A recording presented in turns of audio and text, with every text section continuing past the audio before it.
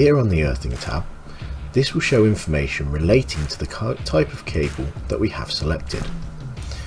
As we used single core cables here, our earthing is showing a cross-sectional area of our single core cable.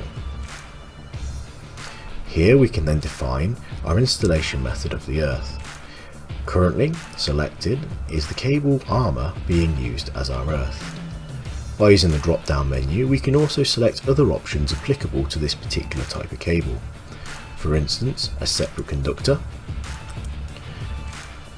or a combination of a cable armour plus the separate conductor.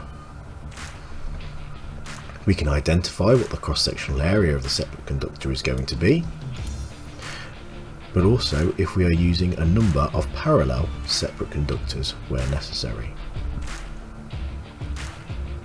Here, using the selection box, we can also identify what size this cross-sectional area of this cable will be. We can either use and size against table 54.7 in BS7671, tell the software that we want our earth conductor to be the same size as our phase and neutral conductor, or tell the software that we want our earth conductor to be half the size of the phase conductor that we have selected. Here I'm going to place this back to cable armour.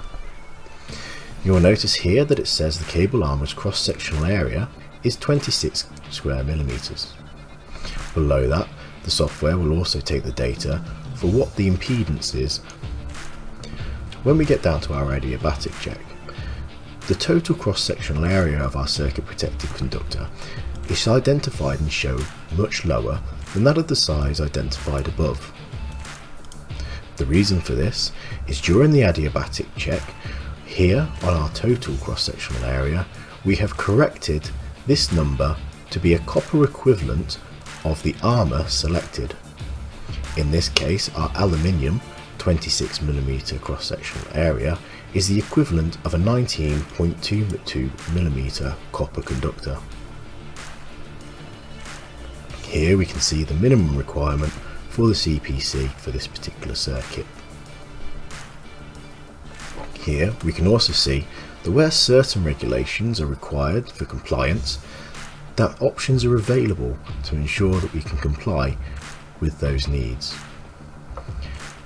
Any particular references like this within the software again come with information markers.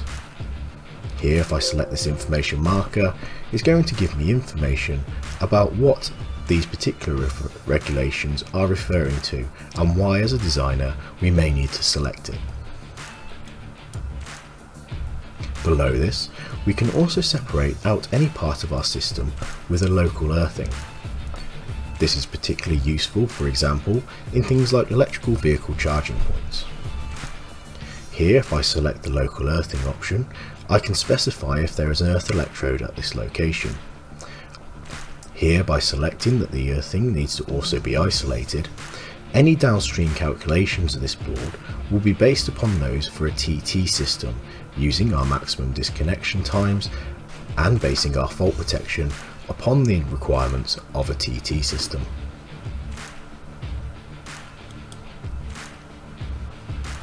Finally here, where it may be applicable and the system doesn't have a CPC due to the type of equipment provided by the manufacturer, this can be selected and the earthing can be omitted from this part of the design.